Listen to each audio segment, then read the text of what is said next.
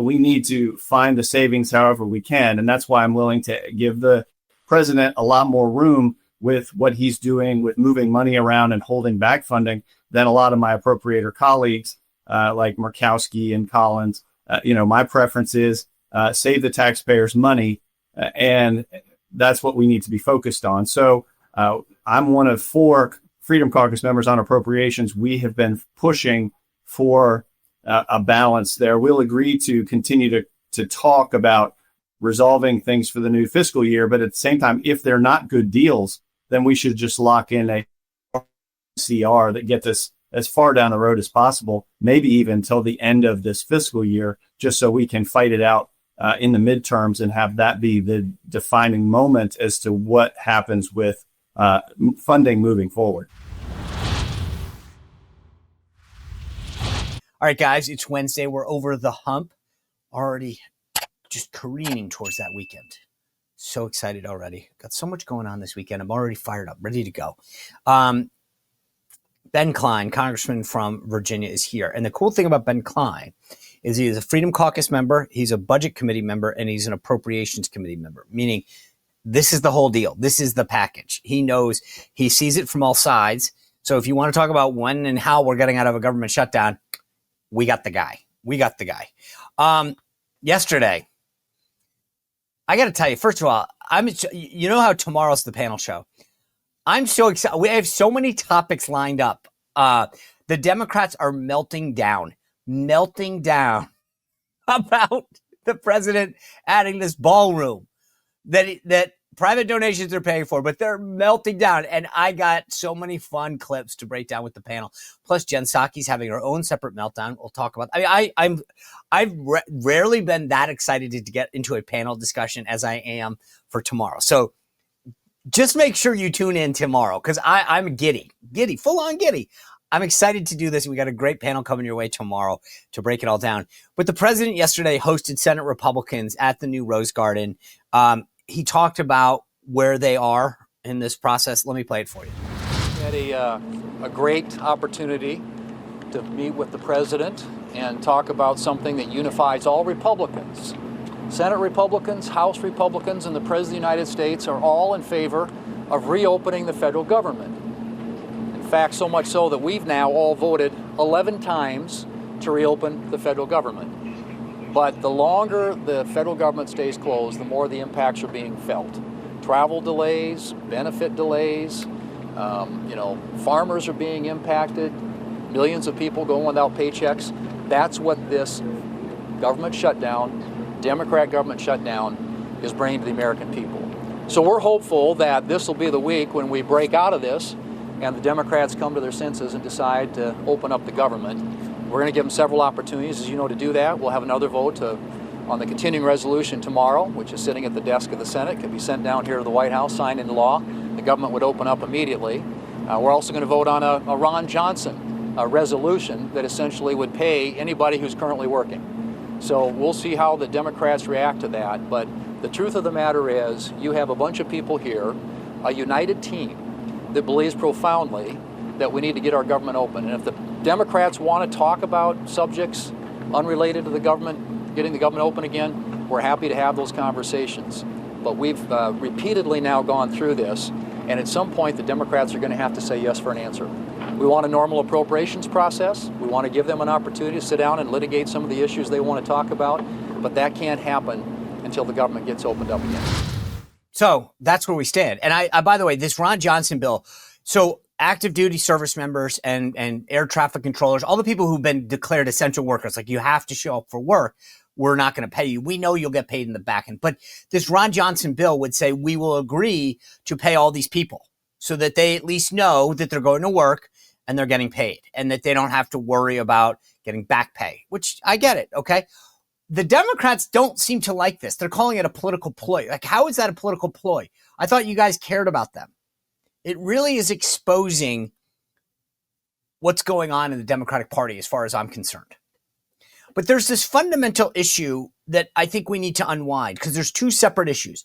There's getting the government open, which is the continuing resolution. That just says we're opening it up current levels. And remember, it's completely clean, meaning there's no like Republican policy riders. There's no principles. It's literally no one gets more money or less money than they had on September 30th.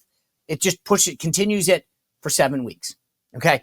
And Democrats have done this umpteen times in the past.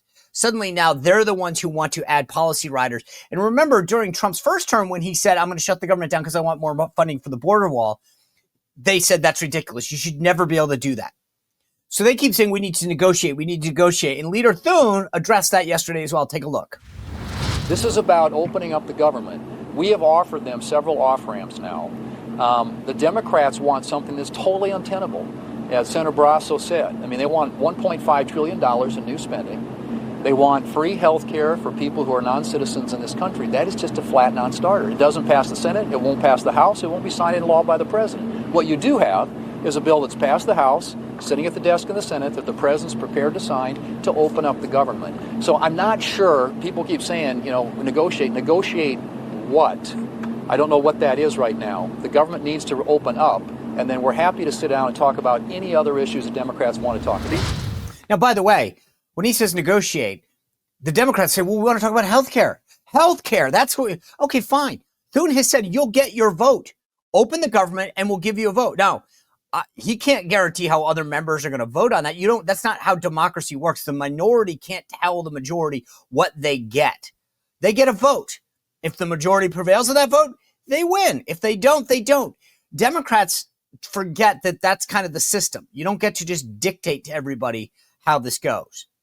And it's funny because Chuck Schumer used to think that as well.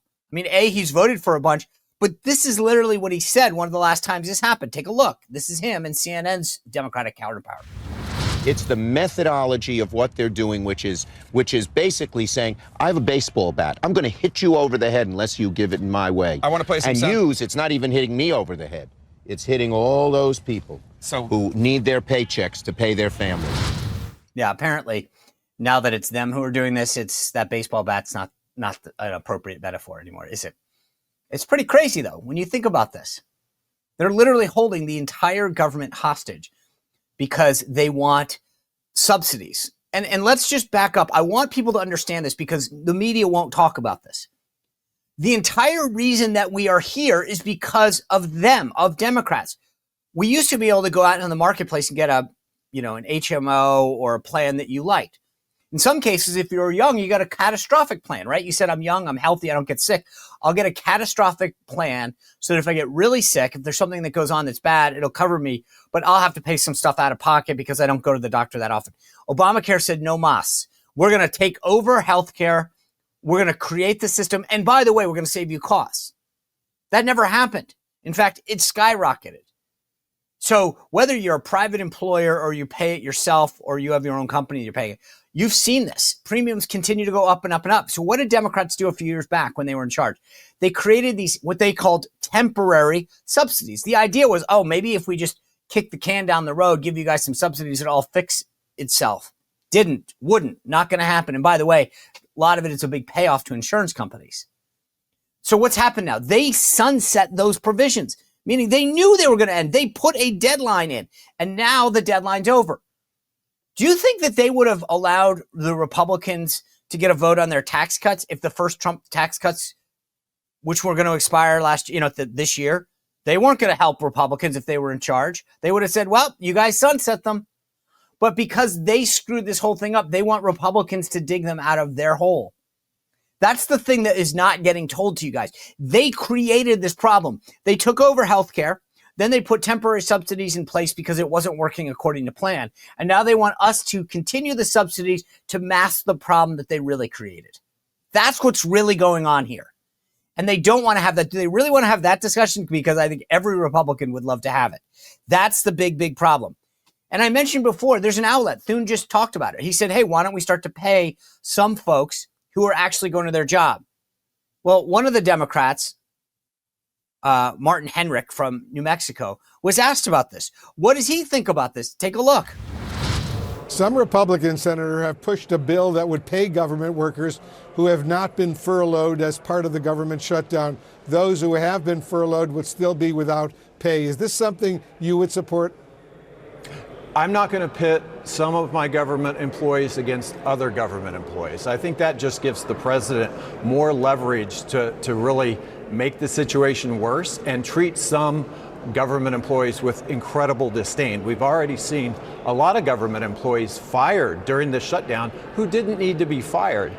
This is an administration that's very hostile to government employees. I have a lot of those folks in my state, and I'm not going to turn my back on any of them. You are actually. You're turning your back on some of them because there's a proposal. It's not pitting them against each other, Senator. I get that it's a total cop-out of an answer. And of course, Wolf Blitzer's not going to follow up on it. But the reality is you're paying the people who are actually being forced to go to work because they're considered essential workers. TSA agents, Border Patrol, those kind of folks, air traffic controllers, military members, those guys. Senator, you're not pitting them against each other. Everyone knows they're going to get back pay because that's how it works. But the reality is this is happening. But since, Senator, you brought up some of the firings that are going on, President Trump addressed those firings, those reductions in forces at that lunch with the senators yesterday. And he called out his budget chief, Russ Vought, in a very funny, lighthearted way. Let me show you what that looked like. I will say this, that we have Darth Vader. You know Darth Vader, right? Darth Vader is a man who, I think he's sitting right. Is that Darth? Stand up, please, Darth Vader. Stand up. Does everybody know? They call him Darth Vader. I call him a fine man. But he's cutting Democrat priorities, and they're never going to get him back. And they've caused us, and they've really allowed us to do it. And by the way, thank you. You're doing a great job, I have to tell you. So, really a great job. Because many of the things that they're cutting, like the New York project, $20 billion we're cutting it, they're not going to get it back. I mean, they're not going to get a lot of things back. They may not get it back. Maybe we'll talk to them about it. But they're losing all the things that they wanted. But many of the things that they wanted are things that we don't want. Things that are just so bad for our country. And we're cutting those things out. You got to get a kick. Russ Vought sitting there like, I think that's a badge of honor. Russ Vought, obviously the OMB, the Office of Management and Budget, architect of a lot of this stuff. And as I joke, I think Russ has been advocating for smaller government for decades. So he's probably excited about this. I'm not sure that he wants the nickname Darth Vader, though. Anyway, as I mentioned, Congressman Ben Cline, member of the Freedom Caucus, member of the House Budget Committee, member of the House Appropriations Committee, is about to join us tomorrow. As I mentioned, I'm excited about this panel. It's going to be amazing. Nan Hayworth, Alex Sawyer, and Adam Guillet are all here big time. Thank you for everybody that's been subscribing and sharing the show. Could not be more thankful for everything that you do. Big favor, though. Obviously, it helps us that you're subscribed to all platforms. So if you're a video person, you're watching it on YouTube or Rumble or X, thank you. But do me a favor. It's always helpful for you and for us if you're over on the audio and has that as a backup, or just to give you an option. Sometimes you want to go for a drive. Maybe you want to go for a long walk. Maybe you're at the gym and you want to listen to the audio version of the Sean Spicer Show. Go to Apple and Spotify. Sign up for both of them. It doesn't cost you anything. It's free to do it, and it totally helps us and gives you a nice backup. Gives you some freedom, some flexibility. Like I said, maybe you're out and about and go, hey, I could listen to the Sean Spicer Show right now while I get some exercise or breathe some fresh air. Anyway, thank you for doing that. But maybe part of the reason that you want to do that is because you're enjoying a Kexi cookie. That's right, guys. Halloween is just around the corner, and do I have a great treat for you? It's a little something extra because maybe you are listening to the audio version, you're taking a long walk, you're getting some healthy, and you're saying, I deserve a treat. Or you want to make your Halloween even better. Step it up a notch. I'm telling you guys, these Kexi cookies are a whole new level of taking it up a notch. Instead of just giving out the same old candy that everybody gets, everyone's got it. What did you get? What did you get? I'm going to tell you this. You want to have a game changer? The Kexi cookie has a limited Halloween cookie box. It's got 6 killer cookies in them. It is unbelievable. And one of the 6 is a mummy cookie. It's a chocolate cookie stuffed with Nutella and packed with white chocolate chips and then topped with their homemade frosting. It is to die for. You'll definitely have to use listen to the audio version and go for a walk after that. But it's a treat. It's Halloween. You're entitled to it. They've got 5 other cookies that come into this. And here's the cooler part. Kexi cookies get shipped straight to your door, but supplies are limited. Once the Halloween box in particular is gone, It's it. It's gone. Trick or treat. Bye-bye. That's it. So get your Halloween cookie box, the gourmet cookie box right now. Go to Keksi, KEKSI.com. Now, here's the deal. I can't help you with the Halloween box. It's that good. It's that in demand. But anything else you order at Keksi.com, KEKSI, you can get 15% off if you enter code Sean, SEAN 15. Sean 15 gets you 15% off. All right, before I bring in Congressman Ben Cline, I want to tell you about another great guy, a good buddy of mine, Leo Grillo from Delta Rescue. You guys, Leo's been with us pretty much since the beginning of the show. I love this guy. I talk to him probably every couple of weeks because I'm so excited about the work that he's doing, the mission that he has. He is the founder of Delta Rescue. It all started with one dog that he rescued, named the dog Delta, and then was like, hey, I can do a heck of a lot more. And has he done a lot more? Delta Rescue is now the world's largest no-kill sanctuary. I got schooled on this when I first met Leo. He said, Sean, it's not a shelter. We're not looking to temporarily take care of these animals and maybe find them a new home. This is for life. Delta Rescue takes care of everything. Dogs, cats, horses, you name it. If you go to deltarescue.org, you can see on the videos what I'm talking about. It is so amazing what they continue to do, how big it has gotten, whether the dogs, cats, horses are abandoned, malnutrition, need veterinary care. Leo Grillo and the team at Delta Rescue takes care of all of them. If you go to deltarescue.org, you can see everything I'm talking about. But do me a favor, join me. They don't get any Politico Pro subscriptions or USAID grants. It's all the donations from people like me and you. I was so moved by the work that they do. I made a personal contribution to Delta Rescue, and I would ask that you join me to do the same. Go to deltarescue.org, make a donation, but more importantly, look at that estate planning kit tab that's up there at the top. And if you can help with an old 401k or stock, make Leo's mission an enduring one so that Delta Rescue continues for generations, I would be so appreciative. And by the way, there might be a tax benefit for you in the short term if you talk to your tax professional. So go to deltarescue.org. All right, it is my pleasure to welcome back to the show the Congressman from Virginia, member of the House Freedom Caucus, member of the Budget Committee, member of the Appropriation Committee, Mr. Ben Cline. Congressman, welcome back to the show. Good to see you.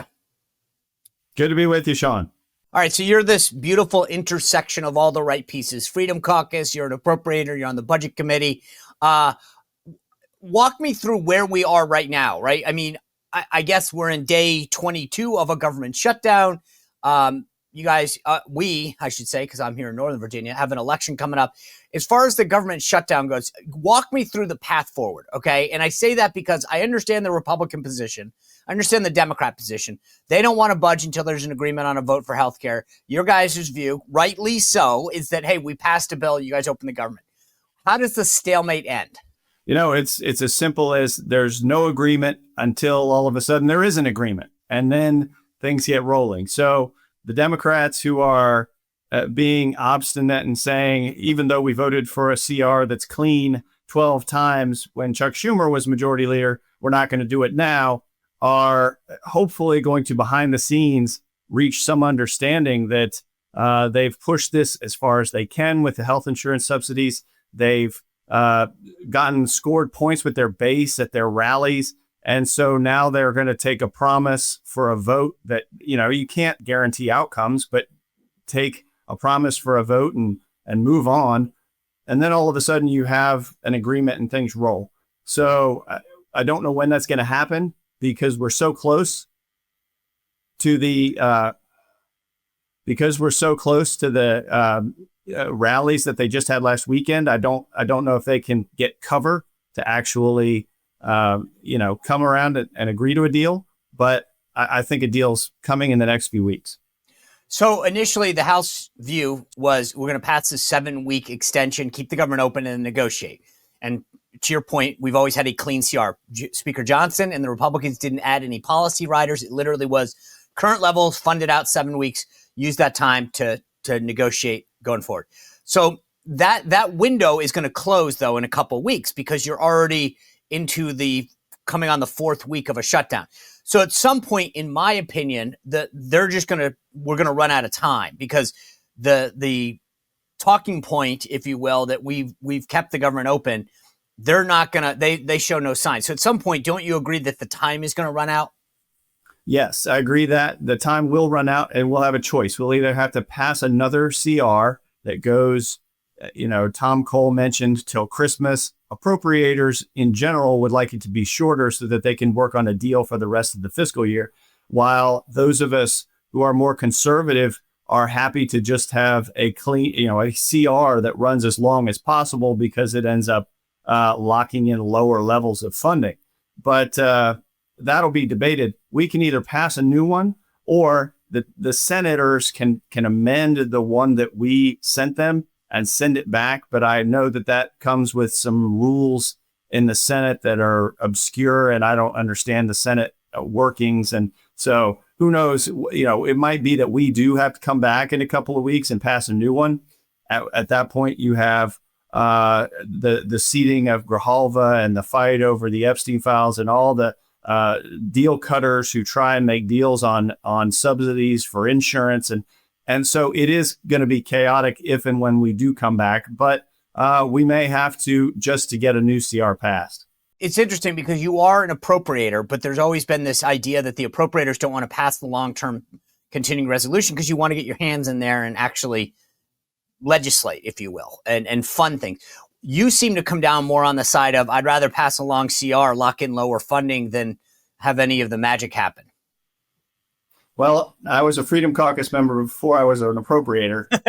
So I come in with this attitude that we need to find the savings however we can. And that's why I'm willing to give the president a lot more room with what he's doing with moving money around and holding back funding than a lot of my appropriator colleagues like Murkowski and Collins. My preference is save the taxpayers money, and that's what we need to be focused on. So I'm one of 4 Freedom Caucus members on appropriations. We have been pushing for a balance there. We'll agree to continue to talk about resolving things for the new fiscal year, but at the same time, if they're not good deals, then we should just lock in a CR that gets us as far down the road as possible, maybe even until the end of this fiscal year, just so we can fight it out in the midterms and have that be the defining moment as to what happens with funding moving forward.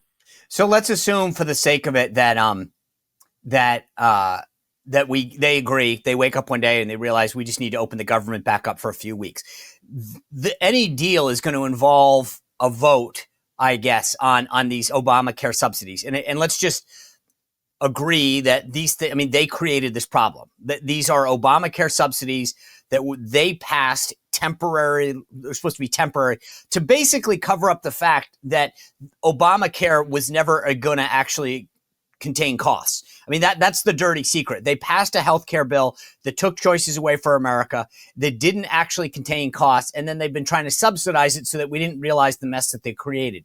The bottom line, though, is whether you live in Northern Virginia, Southern Virginia, or California, we're going to have to deal with this issue of subsidies or not. What is your preference in terms of how we deal with it? Not a single Republican vote went towards the ACA when they created these subsidies because they got rid of all the low-cost policies. So the only thing left were these overpriced, out-of-reach policies for working Americans. They had to create these subsidies. No Republicans voted for these subsidies. They didn't have the votes to make them permanent, so they made them temporary. The Democrats set the deadline for the end of this year as to when those subsidies expire. Republicans didn't vote for these subsidies to be temporary or when the expiration was. So now, all of a sudden, because of all these Democrat votes and all of this disaster that they've created, it's Republicans who are being asked to fix it. Well, for us to fix it, it's a long conversation about why we ended up where we are. When they got rid of these low-cost catastrophic care policies, when they got rid of all these policies that were affordable for Americans, they created their own problem. So we have to have that longer conversation about how do we reintroduce competition into the marketplace, affordability into the marketplace, and health insurance policies that working Americans can afford.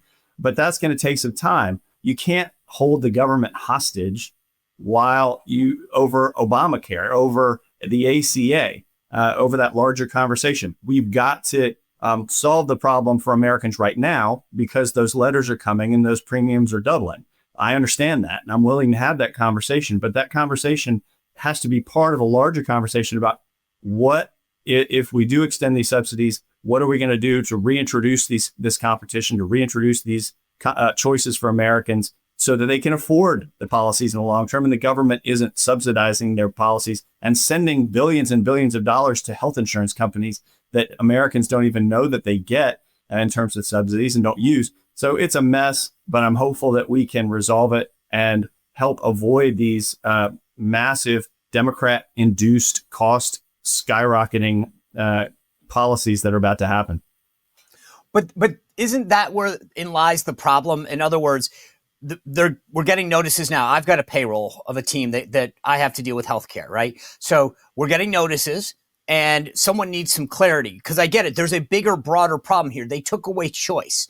They've created this problem. But guess what? We're in charge right now. You're in charge. I'm not. I don't get a vote. And so I guess the problem is, yes, it's a big mess. It's not something that can solve with the flick of a hand. So what I guess that's the problem that I'm trying to get my head wrapped around. It's a bigger, broader problem that's not an easy fix. But the reality is that the premium increases are going to hit us real quick. So how do we sort of address that and the long-term problem at the same time, knowing the deadlines are coming? Right. Just as we are telling Democrats, you need to agree to reopen the government right now, and then down the road, we will talk about a vote on these subsidies and how to extend them. We can talk about, yes, we need to address these subsidies now, but we also have to, understand that for the Democrats, they have to understand that in the long term, there is going to have to be a change to the ACA. There's going to have to be fixing what is wrong, which has created this fundamental structural imbalance. And if the Democrats understand that we're going to have this conversation down the road, then maybe we can have this discussion about extension of subsidies up front. But I'm not willing to vote just to extend subsidies without solving the underlying problem. And that's what's the rub right now. One of the other things that's going on, you're on the Appropriations Committee, all 12 of those bills passed the House, got sent over to the Senate. The Senate looks like they're trying to at least pass some funding levels for federal employees, for the military. Do you agree with that strategy? Yes, I think that's a good strategy because you're showing the public that the Democrats are willing to throw federal employees over under the bus. They're willing to throw our soldiers under the bus. They're willing to throw just about every group that is depending on us getting the government back up and running under the bus for political advantage to keep the government shut down. And that's irresponsible on the part of these Senate Democrats. If we do come back, I think we should have votes like that in the House to show that our House Democrats are behaving the same way. They're willing to throw all of these groups, soldiers, federal employees, all these constituencies under the bus to have their political day, and the public isn't going to stand for it. I just wonder from a messaging standpoint if there's more that can be done to highlight that, because Hakeem Jeffries, the Democratic leader, called it a political stunt to pay service members and some federal employees, because his view is, I'd rather not let everyone's got to suffer equally, right? We got to make sure that they all suffer for our political advantage, as opposed to trying to give some people relief during this. Yeah, it's irresponsible. But when you're in the minority in the House, you can make those kinds of irresponsible statements and get away with it because the press doesn't care because you don't have any power. And so they're really not going to hold you accountable. But the people should hold Hakeem Jeffries and House Democrats accountable. And we should put a spotlight on just how irresponsible they're behaving. They're off fundraising in Napa. They're off, doing whatever they're doing during the shutdown. But we should have votes if we come back to just show the people just how irresponsible they're being. You mentioned if we should come back. You're down there in Southwest Virginia. Do you want to come back? Do you think it's better that you guys are in D.C., or would you rather be, back in your district? Oh, I definitely want to come back. It's a job that I was sent by the people to go do in Washington. I love being with my family, but I need to be in Washington where we can get things done. I've got a dozen bills that are moving through the House. I want to have hearings in the Judiciary Committee. We had to cancel a hearing with Attorney General Pam Bondi because the House wasn't in session. So, there are a lot of things that need to happen. And it's important that we show the American people that we are ready to work. But I understand the strategy that the ball is in the Senate's court. And until they act, that we have no reason to discuss funding the government or anything else, because the very most important thing right now is to get the government back on track. And that's in the Senate's court. Congressman, I mentioned at the beginning, you're the perfect person right now. You're on the Freedom Caucus. You're on the Budget Committee. You're on the Appropriations Committee. Is the process broken, or is it just that the Democrats are being obstinate? Well, a little bit of both. I'd say that the process is broken because what you have is a situation where a Democrat minority in the Senate can hold up spending bills. I have not been one for getting rid of the filibuster in a lot of cases, but I'm starting to come around to the idea that for spending bills in the Senate, that we need to be able to move things to avoid these shutdowns. These shutdowns are catastrophic for so many people and destructive and costly. It costs more to shut down than it does to run the government. So it's hard to believe that. But so we do need to actually keep the government running. And so having the Senate look at getting rid of the filibuster, I think, is a reasonable debate point. Yeah. You had a big victory with respect to the Second Amendment and ATF. Can you explain what the problem was and what you did to solve it? Sure. So the ATF, because they had designated a lot of employees non-essential for purposes of the shutdown, they weren't able to process the background checks and the actions that were necessary for legitimate purchases of weapons by Second Amendment, but by American citizens exercising their Second Amendment rights. And so you had this impact on the constitutional rights of Americans by the shutdown. We contacted the administration along with about 36 other members of the House, and were able to get these employees of the federal government at the ATF designated essential so that they were able to come back to work and to process these forms so that law-abiding citizens could exercise their Second Amendment rights. And nothing more valuable than our rights as citizens and the ability to exercise them. And whether it's your First Amendment, Second Amendment, Fourth Amendment, Fifth Amendment, we all have these rights that should not be held up with a government shutdown. And so I'm glad to see that the administration saw this problem, acted quickly to address it. I'm grateful to them. And now law-abiding citizens can continue to exercise their Second Amendment rights. So until you took action, was it the case that, like, if I had gone to buy a gun and they did my background check, they'd say, hey, Mr. Spicer, unfortunately, the people who process it are not essential workers. They're not here. And you're going to have to wait till the government opens again? Yeah, I think there was an issue with delays in that processing time. And I think it was just something that needed to be brought to the attention of those who were at OMB who were designating essential, non-essential. And once it was brought to their attention, of course, they understood and recognized the value of ensuring that Americans can exercise their Second Amendment rights. So acted quickly, and we appreciate it. One of the things that I worried about when Elon Musk left his federal service was that this DOGE effort to look into government programs and agencies where we looked at whether or not they were operating efficiently, whether or not the mission still existed, would continue. Are we and are you in Congress, is there still an effort to keep that process alive? There is, and DOGE still exists. It's still operating. Many of the people who came on board originally are still there, even though Elon is not there. But we are working to make sure that we can limit efficiencies, duplications, the inefficiencies that happen in government. We got to try and find solutions to those problems and make government work better for the people. We shouldn't have one more employee than is necessary to run this federal government.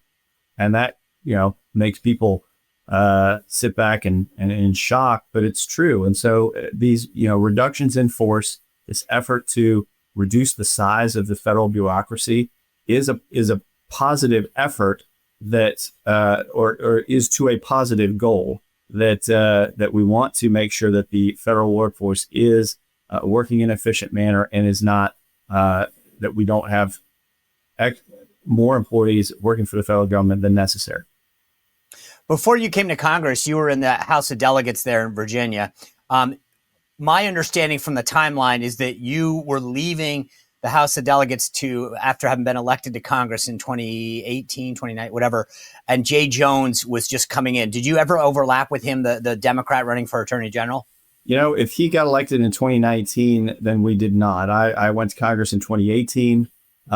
His dad actually was a colleague of mine when he was in the House of Delegates, and he was an upstanding, respected member of the House of Delegates. We disagreed on a lot of things, but he was somebody you could have a reasonable debate with, and you would never see him act in the way that his son has acted when it comes to these text threats. I don't know where this kind of thinking came from on Jay Jones' part. I don't know him much at all. I've met him, but the former Speaker Todd Gilbert is a constituent of mine and a friend, and the things that he said on those text messages, it just chills my blood and it makes it boil at the same time. So you really do hope that our top law enforcement officer is not someone who thinks that way, that it's someone like Jason Miyares, who has proven himself to be an able and capable attorney general doing a great job for the people of Commonwealth. So knowing that Todd Gilbert, the Speaker of the House, that he wanted to put 2 bullets in and then watch his kid die in the mother's arms, is there in your district, is there sort of an outpouring of disapproval more than maybe say somewhere here in Northern Virginia about what Jay Jones has said because they know Todd Gilbert, they know him as an individual, maybe even know his family? Is that having a different effect where you are because of it was directed towards Speaker Gilbert? I think yes, for those who know Speaker Gilbert, because Jay Jones is not from this side of the state, he's from the other side of the state, so they don't know him, and they know Todd Gilbert to be just a great guy, and his family to be fantastic, and so yeah, there's that reaction, that visceral reaction. Plus, around here, you can disagree without being disagreeable. That's a phrase I use all the time. It's a motto that I kind of keep myself, and I try and behave in a way that, I seem to light my hair on fire too many times on TV or on the Judiciary Committee. When I get upset, I'm still going to get upset, but I'm going to speak in a tone and argue my case in a way that is more akin to just my part of the state and the people who I represent. How do you think the race is shaping up in these final, 15 days, not even, 8, 9, probably days here before the election? I keep forgetting I voted 16 days before, so we're probably down to single digits now. Where do you see the race for governor and lieutenant governor and attorney general in Virginia? Very close. The polls are tightening. I think that Spanberger did not do herself any favors by keeping Jay Jones on the ticket. She should have disavowed him. Remember, when former Governor Ralph Northam, he was halfway through his term, and these pictures came out of him either in blackface or a KKK hood. He couldn't remember, which is ridiculous. But this photo was 30 years old. She joined Tim Kaine and others in demanding that he resign as governor. So here, text messages that aren't 3 years old come out from Jay Jones showing something that is reprehensible, advocating for killing a colleague over his political views, or killing his children to get him to change his political views. And she clams up and won't urge him to drop out. So the hypocrisy is evident. She showed it at the debate with Winsome Sears when she just stood there, didn't say anything, didn't respond, and just tried to push her way through it with silence. silence doesn't work in this case. She now kind of owns those texts and owns that horrible incident. And I think the voters are taking notice and not rewarding her for that. You know, it's interesting that you bring up that example because I am intrigued by it, right? So you have the former governor, sitting governor, pictures emerge of him. And that it's funny. We still don't know to this day which one he was. Was he the guy in the KKK outfit or in blackface? He's never had to fully count. But you're right. They all denounce him. He needs to step down and resign as governor. But here we have Jay Jones, the current Democrat nominee for Attorney General, talking about assassinating the Speaker of the House and hoping the mother of his kids watch the kid die in their arms. And yet they kind of say, well, he's learned his lesson. I'm interested to know, why do you think that there's a difference between then and now? I think it has to do with Democrat politics. I think it has to do with the different groups that make up the Democrat Party, and the fact that some in their base who called the shots demanded that Northam resign, whereas they are now demanding that Jay Jones stay on the ticket. Yeah, I mean, I think there's two things in my mind. One, politically, there wasn't much to lose when they were calling for Northam to step down because there was a Democrat lieutenant governor that I think they thought they'd get a political advantage of. And two, the through line that I continue to see is, to your point about the constituencies, if they were going against Northam then, they were, quote, they were probably on the right side of black voters in Virginia. And this time, again, if they throw Jay Jones under the bus, he might, that might threaten their standing with black voters. And that's the two things that I think stand out for me and why they're different. I don't disagree with that. I don't claim to know the inner workings of the Democrat Party, and but I do think that you are right in that there were some who didn't see a lot of disadvantage in pushing Northam off the ticket because the lieutenant governor, who was African American, would be elevated to the governor's spot at that point. So here you run the risk of with Jay Jones leaving the ticket or that a Republican would be reelected. When we get through these races in Virginia and we'll be kind of headed into the midterms, right? And one thing that there's a lot I think we can talk about has been accomplished. The big, beautiful bill, tax cuts, some of the foreign policy successes that President Trump's had. If Speaker Mike Johnson called you and said, hey, Congressman Ben Cline, I'm trying to put an agenda together that we can campaign on proactively in the midterms. The idea that we're going to say to voters, here's what we'll do if you keep us in the majority. What are like 2 or 3 things that you would tell them, hey, Speaker Johnson, this is the Ben Cline agenda for why we should remain in power? Oh, man, we've got to focus on prices and letting people know that even though tariffs are making things volatile, that, for example, the national average price of gas is below $3 for the first time since before the Biden administration, since I think the last Trump administration. Got to get my years right, but I think that's right. And the fact that, yes, inflation is present, but remember, it was up near 10% under Biden. It's down to 3% under Trump. So we've gotten inflation largely under control. We've got a great opportunity to talk about the border. We need to talk about the win by securing the border and the challenge that Biden created by letting in 10 million undocumented and repatriating them back to their country of origin is a process that's going to take time, but that promises made, promises kept, Trump is delivering by making sure that he's following through on that promise as well. So those are a few, but pocketbooks are where voters often find their motivation. And so I think focusing on pocketbook issues is going to be the key.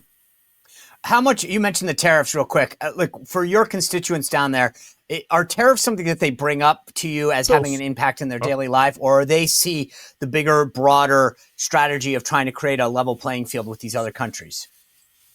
I think that there's some patience there because it is a district that supports the president, understands that tariff renegotiating our trade agreements are definitely take some time. And so they're willing to give him some time. But when you look at talk to my soybean farmers, They're not happy right now because the fight with China has resulted in China not buying American soybeans.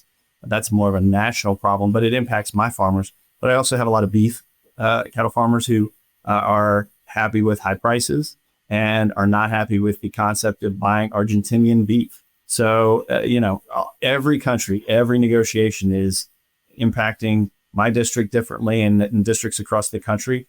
And that's why it's the uncertainty that is something that has to be addressed. I think the more the president can reintroduce certainty into our trade policy across the globe, get a deal with China, get a deal with other big countries, and that will help address those problems that people are having and give them that sense that the economy is working for them.